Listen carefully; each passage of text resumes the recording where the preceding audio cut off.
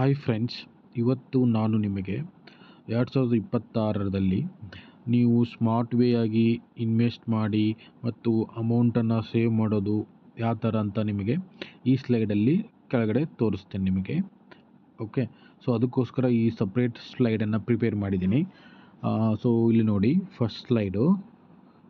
Okay, ನೀವು 50-30-20 ರೂಲ್ಸನ್ನು follow ಮಾಡಬೇಕು. ಇದು ಏನಂದರೆ 50% ನಿಮ್ಮದು ನೀಡ್ಸ್ ಅಂದರೆ ನಿಮ್ಮ ಮನೆ ಬಾಡಿಗೆ, ದಿನಸಿ, ಬಿಲ್ಸು, ಇವೆಲ್ಲ ನಿಮಗೆ ಎಸೆನ್ಷಿಯಲ್ ಎಕ್ಸ್ಪೆನ್ಸ್ ಇರುತ್ತೆ ಎವ್ರಿ ಮಂತು. ಸೊ ಇದಕ್ಕೆ ನೀವು 50% ಅಮೌಂಟನ್ನು ಅಲೋಕೇಟ್ ಮಾಡಬೇಕು. ಓಕೆ, ನೆಕ್ಸ್ಟು 30% ವಾಂಟ್ಸ್ ಅಂದರೆ ನಿಮಗೆ ಮೂವಿಗೆ ಹೋಗ್ಬೇಕಾಗ್ತಿರುತ್ತೆ, ಸ್ವಲ್ಪ ಔಟಿಂಗು, ಈ ಥರ ಹೊರಗಡೆ ಊಟಕ್ಕೆ ಹೋಟೆಲಲ್ಲಿ. ಸೊ ಈ ಥರ ನೀವು ಅದಕ್ಕೋಸ್ಕರ ನೀವು 30% ಅಮೌಂಟನ್ನು ನೀವು ಅದಕ್ಕೆ ಸಪ್ರೇಟಾಗಿ ಖರ್ಚು ಮಾಡ್ಬೋದು. ಓಕೆ, ಅದೇ ಥರ 20% ಸೇವಿಂಗ್ ಮಾಡಿ. ಮೀನ್ಸ್ ಇವೆಲ್ಲ 50-30 ಎಲ್ಲ ಮಾಡೋಕ್ಕಿಂತ ಮೊದಲಕ್ಕೆ ನೀವು 20% ಅಮೌಂಟನ್ನು ನಿಮಗೆ ಸ್ಯಾಲ್ರಿ ಕ್ರೆಡಿಟ್ ಆದ ದಿನವೇ 20% ಅಮೌಂಟನ್ನು ಉಳಿತಾಯ ಮಾಡಿ ಅಥವಾ ಎಲ್ಲಾದರೂ ಇನ್ವೆಸ್ಟ್ ಮಾಡಿ.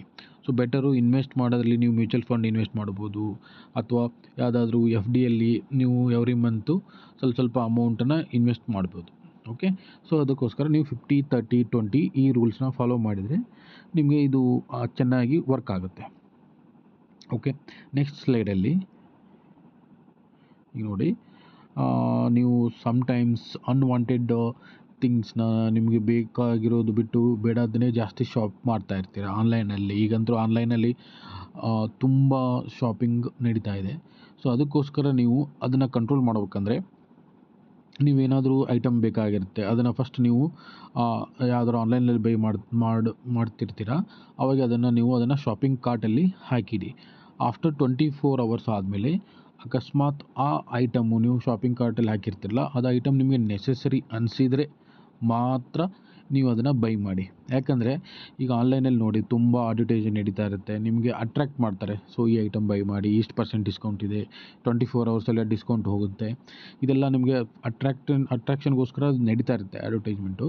ಸೊ ಅದಕ್ಕೋಸ್ಕರ ನಿಮಗೆ ನೆಸೆಸರಿ ಇದ್ದರೆ ಮಾತ್ರ ನೀವು ಐಟಮನ್ನು ಬೈ ಮಾಡಿ. ಓಕೆ, ಮತ್ತು ನೀವು ನಿಮ್ಮ ಮೊಬೈಲಲ್ಲಿ, ಲ್ಯಾಪ್ಟಾಪಲ್ಲಿ ಆನ್ಲೈನ್ ವೆಬ್ಸೈಟ್ ಓಪನ್ ಮಾಡಿರ್ತೀರ, ನೀವು ಅದ್ರ ಮೇಲೆ ಕ್ಲಿಕ್ ಮಾಡಿದರೆ ಸಾಕು, ನಿಮಗೆ ಈ ಐಟಮ್ಮು ನಿಮಗೆ ಇಷ್ಟವಿದೆ ಅಥವಾ ಈ ಐಟಮ್ ನಿಮ್ಗೆ ಬೇಕಾಗಿದೆ ಅಂತ ಅವ್ರಿಗೆ ಗೊತ್ತಾಗ್ತಾ ಇರುತ್ತೆ. ಸೊ ಅವ್ರೇನು ಮಾಡ್ತಾರೆ, ಅದ್ರ ರಿಲೇಟೆಡ್ಡೇ ಐಟಮ್ನ, ಅದ್ರ ರಿಲೇಟೆಡ್ಡೇ ಅಡ್ವರ್ಟೈಸ್ಮೆಂಟ್ನ ನಿಮಗೆ ವೆಬ್ಸೈಟಲ್ಲಿ ಮತ್ತು ನೀವು ಅದರಲ್ಲಿ ತೋರಿಸ್ತಾ ಇರ್ತಾರೆ. ಸೊ ಅದಕ್ಕೋಸ್ಕರ ನೀವು ಯಾವುದಾದ್ರೂ ಆನ್ಲೈನ್ ವೆಬ್ಸೈಟನ್ನು ಓಪನ್ ಮಾಡಿದರೆ ಅದನ್ನು ಇನ್ಕಾಗ್ನಿಟೋ ಮೋಡಲ್ಲಿ ಓಪನ್ ಮಾಡಿ, ಅದನ್ನು ಇನ್ಫಾರ್ಮೇಷನು ಅವ್ರಿಗೆ ತಲುಪಲ್ಲ. ಓಕೆ, ನೆಕ್ಸ್ಟು ನೀವು ಆನ್ಲೈನಲ್ಲಿ ಅನ್ನೆಸೆಸರಿಯಾಗಿ ಬೈ ಮಾಡ್ತಾ ಇರ್ತೀರ ಅಥವಾ ನೆಸೆಸರಿ ಐಟಮ್ನು ಸಮ್ಟೈಮ್ಸ್ ಬೈ ಮಾಡಬೇಕಾಗ್ತಾ ಇರುತ್ತೆ. ಸೊ ಅವಾಗ ನೀವು ಕೂಪನ್ಸ್ ಕೋಡ್ ಸಿಗ್ತಾ ಇರುತ್ತೆ ಅಥವಾ ಗಿಫ್ಟ್ ಕಾರ್ಡ್ ಸಿಗ್ತಾ ಇರುತ್ತೆ. ನಾನು ಆಲ್ರೆಡಿ ಗಿಫ್ಟ್ ಕಾರ್ಡ್ ಒಂದು ವಿಡಿಯೋ ಮಾಡಿದ್ದೀನಿ. ಸೊ ಅದನ್ನು ಯೂಸ್ ಮಾಡಿ ನೀವು ಬೈ ಮಾಡಿದರೆ ನಿಮಗೆ ಸ್ವಲ್ಪ ಅಮೌಂಟು ಉಳಿತಾಯವಾಗುತ್ತೆ. ಓಕೆ, ಸೊ ಆ ಥರನೂ ನೀವು ಟ್ರೈ ಮಾಡಿ. ಓಕೆ, ಸೊ ಈ 3 ಸ್ಟೆಪ್ಸ್ ಫಾಲೋ ಮಾಡಿದರೆ ನಿಮಗೆ ಆನ್ಲೈನ್ನಲ್ಲಿ ಸ್ವಲ್ಪ ಅಮೌಂಟು ಮತ್ತು ಅನ್ನೆಸೆಸರಿ ಐಟಮನ್ನು ನೀವು ಬೈ ಮಾಡೋದು ಕಂಟ್ರೋಲ್ ಮಾಡ್ಬೋದು. Okay, please follow this 3 steps. Okay, so ಇದೆಲ್ಲ ನಾನು ಮೈ ಓನ್ ಎಕ್ಸ್ಪೀರಿಯೆನ್ಸಿಂದ ಹೇಳ್ತಾ ಇದ್ದೀನಿ.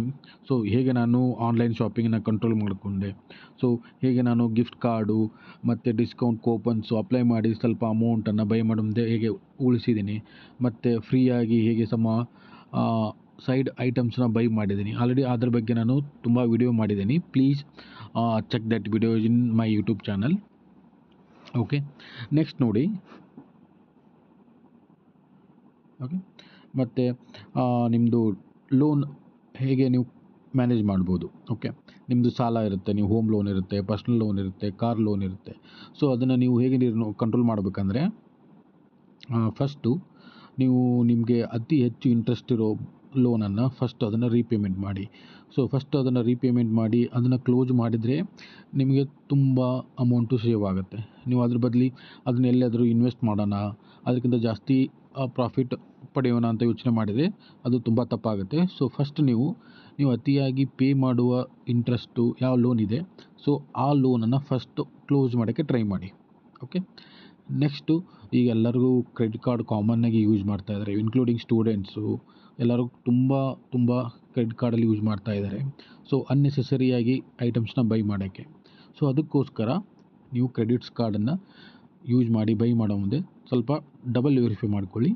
ಈ ಅಮೌಂಟು ನನಗೆ ಈ ಸದ್ಯ ಯೂಸ್ ಮಾಡಿದರೆ ನಮಗೆ ಈ ಐಟಮು ಯೂಸ್ ಆಗುತ್ತಾ, ಅಥವಾ ನಾವು ನೆಕ್ಸ್ಟು ಮಂತು ಬೈ ಮಾಡ್ಬೋದು. ಆ ಥರ ಒನ್ ಮಂತು ನೀವು ಅದಕ್ಕೆ ಸ್ವಲ್ಪ ಡಿಲೇ ಮಾಡಿದರೆ ನಿಮಗೆ ಅನಿಸುತ್ತೆ ಓಕೆ ಈ ಐಟಮ್ ಬೈ ಮಾಡೋದು ಸರಿನಾ ತಪ್ಪಾ ಅನಿಸುತ್ತೆ. ಸೊ ಆಮೇಲೆ ನೀವು ಬೈ ಮಾಡ್ಬೋದು. ಓಕೆ, ಅದೇ ಥರ ಸ್ವಲ್ಪ 6 ಮಂತು ಅಥವಾ 1 ಇಯರ್ಗೋಸ್ಕರ ನಿಮ್ಮ ಎಮರ್ಜೆನ್ಸಿ ಫಂಡ್ ಅಂದರೆ ನಿಮಗೆ ಈಗ 1 ಮಂತಿಗೆ ಅರೌಂಡು 20,000 ಬೇಕಾಗಿರುತ್ತೆ. So 20,000 into 6 months. ಸೊ ಅಷ್ಟು ಅಮೌಂಟು ನೀವು ಎಮರ್ಜೆನ್ಸಿ ಫಂಡಾಗಿ ಸೇವ್ ಮಾಡಿಟ್ಕೊಳ್ಳಿ. ಓಕೆ, ಯಾವಾಗ ಬೇಕಾಗುತ್ತೋ ಗೊತ್ತಾಗಲ್ಲ. ಸೊ ಅದಕ್ಕೋಸ್ಕರ ಅದೊಂದು ಟಿಪ್ಸನ್ನು ಫಾಲೋ ಮಾಡಿ. ಓಕೆ, ಈಗ ನೆಕ್ಸ್ಟು ನೋಡಿ, ಆಟೋಮೇಟ್ ಯುವರ್ ಸೇವಿಂಗ್ ಮೀನ್ಸ್ ಈಗ ನಿಮ್ಮದು ಸ್ಯಾಲ್ರಿ ಇವತ್ತು ಕ್ರೆಡಿಟ್ ಆಯ್ತು ಅಂತಂದರೆ ಫಸ್ಟು ಆ ಸ್ಯಾಲ್ರಿಯಲ್ಲಿ ಬಂದ ಸ್ವಲ್ಪ ಅಮೌಂಟನ್ನು SIP ಆಲ್ಮೋಸ್ಟ್ 10-20% ಅಮೌಂಟನ್ನು SIPಗೆ ಇನ್ವೆಸ್ಟ್ ಮಾಡಿ. ಆ SIP ಅಂದರೆ ಏನು ಮತ್ತು ಹೇಗೆ ಇನ್ವೆಸ್ಟ್ ಮಾಡಬೇಕು, ಯಾವ ಫಂಡ್ಸು ಚೆನ್ನಾಗಿದೆ ಅದನ್ನು ಡೀಟೇಲ್ಸನ್ನು ನಾನು ಆಲ್ರೆಡಿ ಒಂದು ವಿಡಿಯೋದಲ್ಲಿ ಮಾಡಿ ಯೂಟ್ಯೂಬ್ ಚಾನಲ್ ಅಪ್ಲೋಡ್ ಮಾಡಿದ್ದೀನಿ. ಸೊ ನೀವು ಅದನ್ನು ನೋಡ್ಬೋದು. Okay, next RD means recurring deposit ನಿಮ್ಮ ಸ್ಯಾಲ್ರಿ ಅಕೌಂಟಲ್ಲಿ ಸೇವ್ ಆಗ್ತಾ ಇರುತ್ತೆ. ಲೈಕ್ 1 ಲಕ್ಷ 2 ಲಕ್ಷ. ಸೊ ಅದು ಒಂದು ಡಿಪಾಸಿಟ್ ಥರ ಕನ್ವರ್ಟ್ ಆಗಿ ಬ್ಯಾಂಕಲ್ಲಿ ಸ್ವಲ್ಪ ಇಂಟ್ರೆಸ್ಟ್ ಕೊಡ್ತಾ ಇರ್ತಾರೆ. ಸೊ ಅದನ್ನು ನೀವು ಟ್ರೈ ಮಾಡ್ಬೋದು. Okay, next pay your self first. ನಿಮ್ಮ ಉಳಿತಾಯವನ್ನು ಮೊದಲು ಖರ್ಚನ್ನಾಗಿ ಪರಿಗಣಿಸಿ. ಮೀನ್ಸ್ ಈಗ ನೀವು ಫಸ್ಟು ನಿಮಗೆ ಖರ್ಚಾಗಿ ಯೂಸ್ ಮಾಡಬೇಕು. ಮೀನ್ಸ್ ಅಂದರೆ ಈಗ ಹೇಗೆಂದರೆ ಈಗ ನಿಮ್ಗೆ ಏನಾದರೂ ಟ್ರೈನಿಂಗ್ ಬೇಕಾಗಿರುತ್ತೆ, ಅಥವಾ ನಿಮಗೆ ಯಾವುದಾದ್ರೂ ಕೋರ್ಸ್ ಬೈ ಮಾಡಿ ನಿಮಗೆ ಪ್ರಮೋಷನ್ಸು, ಮತ್ತು ನೀವೇನಾದರೂ ನಿಮಗೆ ನಾಲೆಜ್ ಇಂಪ್ರೂವ್ಮೆಂಟ್ ಮಾಡ್ಕೋಬೇಕಾಗಿರುತ್ತೆ, ಅಥವಾ ಯಾವುದಾದ್ರೂ ಸೆಷನ್ಸು, ಆನ್ಲೈನ್ ಸೆಷನ್ಸು ಅಥವಾ ಆಫ್ಲೈನ್ ಸೆಷನ್ಸು, ಈ ಥರ ಟ್ರೈನಿಂಗ್ ನಡೀತಾ ಇರುತ್ತೆ. ಸೊ ಅದನ್ನೆಲ್ಲ ನೀವು ನಿಮಗೆ ಫಸ್ಟು ಇನ್ವೆಸ್ಟ್ಮೆಂಟ್ ಪರ್ಪಸ್ ನಿಮಗೆ ಇನ್ವೆಸ್ಟ್ಮೆಂಟ್ ಮಾಡ್ಕೊಳ್ಳಿ. ಅದು ನಿಮಗೆ ತುಂಬ ಚೆನ್ನಾಗಿ ನಿಮ್ಮ ಕೆರಿಯರ್ ಗ್ರೋತ್ ಆಗ್ತಾ ಇರುತ್ತೆ, ನಿಮಗೆ ಸ್ಯಾಲ್ರಿನೂ ಗ್ರೋತ್ ಆಗುತ್ತೆ. ಸೊ ನೀವು ಏನಾದರೂ ಸರ್ಟಿಫಿಕೇಟ್ ಮಾಡಿದ್ದೀರಾ ಅದಕ್ಕೋಸ್ಕರ ನೀವು ಇನ್ವೆಸ್ಟ್ ಮಾಡ್ಬೋದು. ಸೊ ನೀವು ಫಸ್ಟು ನಿಮಗೆ ಏನು ಬೇಕು ಅದನ್ನು ನೀವು ಇನ್ವೆಸ್ಟ್ ಮಾಡ್ಕೊಂಡು ಆಮೇಲೆ ಸೇವಿಂಗ್ಸು, ಇನ್ವೆಸ್ಟ್ಮೆಂಟ್ಸು ಇವನ್ನೆಲ್ಲ ಮಾಡಿ. ಓಕೆ, ನೆಕ್ಸ್ಟ್ ಈಗ ನೋಡಿ ಎಮರ್ಜೆನ್ಸಿ ಫಂಡು. ನಾನು ಆಲ್ರೆಡಿ ಮೇಲೆ ಹೇಳಿದ್ದೀನಿ. ಎಮರ್ಜೆನ್ಸಿ ಫಂಡ್ ಅಂದರೆ ಏನು, ನಿಮಗೆ ಸಮ್ಟೈಮ್ಸ್ ಬ್ಯಾಡ್ ಲಕ್, ನಿಮಗೇನಾದರೂ ಎಮರ್ಜೆನ್ಸಿಯಾಗಿ ನಿಮಗೆ ಸ್ವಲ್ಪ ಅಮೌಂಟ್ ಬೇಕಾಗಿರುತ್ತೆ. ಅಂದರೆ ಫಾರ್ ಎಕ್ಸಾಂಪಲ್ ಏನಾದರೂ ಆಪ್ರೇಷನ್ ಆಗಬೇಕು, ಇಲ್ಲ ಎದಕ್ಕಾದರೂ ನಿಮಗೆ ಸ್ವಲ್ಪ ಅರ್ಜೆಂಟಾಗಿ ಅಮೌಂಟ್ ಬೇಕಾಗಿರುತ್ತೆ, ಅದನ್ನು ಲೋನ್ ಬೇಕು, ಅದಕ್ಕೆ ನೀವು ಪರ್ಸ್ನಲ್ ಲೋನು ಅಥವಾ ನಿಮಗೆ ಏನಾದರೂ ಎಮರ್ಜೆನ್ಸಿ ಲೋನ್ ಬೇಕಾಗಿದ್ದರೆ ಸೊ ಆವಾಗ ತುಂಬ ಇಂಟ್ರೆಸ್ಟ್ ಕೊಟ್ಟು ಅರ್ಜೆಂಟಲ್ಲಿ ನೀವು ಲೋನ್ ತೊಗೊತಾ ಇರ್ತೀರ. ಸೊ ಅದಕ್ಕೋಸ್ಕರ ನೀವು 6 ಮಂತ್ಸು ಅಥವಾ 1 ಇಯರ್ಗೆ ನಿಮಗೆ ಎಷ್ಟು ಮಂತ್ಲಿ ಎಕ್ಸ್ಪೆನ್ಸ್ ಇರುತ್ತಲ್ಲ ಅದನ್ನು 6 ಮಂತ್ಸು ಅಥವಾ 1 ಇಯರ್ಗೆ ಅಷ್ಟನ್ನು ಸೇವ್ ಮಾಡಿಟ್ಟು ಒಂದು ಸಪ್ರೇಟಾಗಿ ಡಿಫ್ರೆಂಟ್ ಅಕೌಂಟಲ್ಲಿ ಅಥವಾ ಯಾವುದಾದ್ರೂ ಡೆಪ್ಟ್ ಮ್ಯೂಚುವಲ್ ಫಂಡ್ಸಲ್ಲಿ ಇನ್ವೆಸ್ಟ್ ಮಾಡಿ ನಿಮಗೆ ಯಾವಾಗ ಅರ್ಜೆಂಟಿಗೆ ಬೇಕಾಗಿರುತ್ತೆ ನೀವು ಅದನ್ನು ಯೂಸ್ ಮಾಡ್ಬೋದು. ಓಕೆ, ಇದು ಒಂದು ಬೆಸ್ಟ್ ಟಿಪ್ಸ್ ಇದೆ, ಇದನ್ನು ನೀವು ಫಾಲೋ ಮಾಡಿ. ಓಕೆ, ಈಗ ನೋಡಿ ಇದೊಂದು ಸ್ಲೈಡಲ್ಲಿ ಶಾಪಿಂಗು ನಾ ಆಗಲೇ ಹೇಳಿದ ಹಾಗೆ ಅಡ್ವರ್ಟೈಸ್ಮೆಂಟ್ಸು ಮತ್ತು ಅವರು ತುಂಬ ಚೆನ್ನಾಗಿ ಅಟ್ರ್ಯಾಕ್ಟ್ ಮಾಡ್ತಾ ಇರ್ತಾರೆ. ಸೊ ಅದನ್ನು ಚೆಕ್ ಮಾಡಿ ನಿಮಗೆ ನೆಸೆಸರಿ ಅನಿಸಿದರೆ ಮಾತ್ರ ಬೈ ಮಾಡಿ. ಓಕೆ, ಸೇವಿಂಗು ನೀವು ಆಫ್ಟರ್ ಎಕ್ಸ್ಪೆನ್ಸು ಮತ್ತು ಬಿಫೋರ್ ಎಕ್ಸ್ಪೆನ್ಸು, ನಿಮ್ಮದು ಓಲ್ಡ್ ಹ್ಯಾಬಿಟ್ಟು ಆಫ್ಟರ್ ಎಕ್ಸ್ಪೆನ್ಸ್ ಇದ್ದರೆ ಅದನ್ನು ಕಮ್ಮಿ ಮಾಡಿಕೊಂಡು ಬಿಫೋರ್ ಎಕ್ಸ್ಪೆನ್ಸ್ ಮೀನ್ಸ್ ಖರ್ಚು ಮಾಡೋಕ್ಕಿಂತ ಮೊದಲಕ್ಕೆ ನೀವು ಸ್ವಲ್ಪ ಅಮೌಂಟನ್ನು ಸೇವಿಂಗ್ ಆಗಿ ಅಥವಾ ಇನ್ವೆಸ್ಟ್ಮೆಂಟ್ ಪರ್ಪಸು ಮ್ಯೂಚುವಲ್ ಫಂಡ್ಸಲ್ಲಿ ಅಥವಾ FD ಆಗಿ ಆ ಥರ ನೀವು ಇನ್ವೆಸ್ಟ್ ಮಾಡಿದರೆ ಅದರ ಉಳಿದ ಅಮೌಂಟನ್ನು ನೆಕ್ಸ್ಟ್ ನಿಮಗೆ ಎಕ್ಸ್ಪೆನ್ಸ್ ಏನಿರುತ್ತೆ ಅದನ್ನು ಖರ್ಚು ಮಾಡ್ಬೋದು. ಸೊ ಈ ಥರ ಟ್ರೈ ಮಾಡಿ. ಓಕೆ, ಡೆಪ್ಟು ಸಾಲ ಫಸ್ಟು ಹೈ ಇಂಟ್ರೆಸ್ಟ್ ಇರುತ್ತಲ್ಲ ಆ ಸಾಲವನ್ನು ಕ್ಲಿಯರ್ ಮಾಡಬೇಕು. ಆಮೇಲೆ ನೀವು ರಿಮೈನಿಂಗ್ ಅಮೌಂಟನ್ನು ಇನ್ವೆಸ್ಟ್ ಮಾಡ್ಬೋದು, ಅಥವಾ ನೀವು ಏನು ಬೇಕಾದರೂ ನಿಮ್ಮ ಪ್ಲ್ಯಾನ್ ಇರುತ್ತಲ್ಲ ಅದನ್ನು ಪ್ಲ್ಯಾನ್ ಪ್ರಕಾರ ಯೂಸ್ ಮಾಡ್ಕೊಳ್ಳಿ. ಓಕೆ, ನೆಕ್ಸ್ಟ್ ಓಕೆ, ಈ ಥರ ನೀವು ನಿಮ್ಮದು ಓಕೆ, ಈ ಸ್ಲೈಡಲ್ಲಿ ನೀವು 2024 30% ಸೇವಿಂಗ್ ಗ್ರೋತು, 2025 50%, 2026 75 ನಿಮ್ಮದು ಸೇವಿಂಗ್ ಇನ್ಕ್ರೀಸ್ ಆಗ್ತಾ ಹೋಗಬೇಕು. Okay, saving percentage. ಸೊ ಅಂದರೆ ಚೆನ್ನಾಗಿ ನಿಮಗೆ ಫ್ಯೂಚರಲ್ಲಿ ಅಮೌಂಟು ಸಿಗುತ್ತೆ. ಓಕೆ, ಈಗ ನಿಮ್ಮ ಅಲೋಕೇಶನ್ನು 50% ನಿಮಗೆ ಏನು ಅವಶ್ಯಕತೆ ಇದು ನಿಮ್ಮದು ಸ್ಯಾಲ್ರಿ ಅಮೌಂಟಲ್ಲಿ ಅಥವಾ ನಿಮ್ಮದು ಎವ್ರಿ ಮಂತು ಏನು ಖರ್ಚಾಗ್ತಾ ಇರುತ್ತೆ ಅದನ್ನು 50% ಅಲೋಕೇಟ್ ಮಾಡಿ. ವಾಂಟ್ಸ್, ನಿಮಗೆ ಏನೇನು ಬೇಕು ಅಥವಾ ಏನೇನು ಹೊರಗಡೆ ಹೋಗಬೇಕು ಆ ಥರದ್ದು ನಿಮ್ಗೆ ಏನಾರ ಇಷ್ಟ ಇದ್ದರೆ 30% ಅದಕ್ಕೆ ಅಲೋಕೇಟ್ ಮಾಡಿ. ಅಟ್ಲೀಸ್ಟ್ 20% ಆದರೂ ನಿಮಗೆ ಸೇವಿಂಗು, ಇನ್ವೆಸ್ಟ್ಮೆಂಟ್ ಪರ್ಪೋಸು ಅದನ್ನು ಯೂಸ್ ಮಾಡಿ.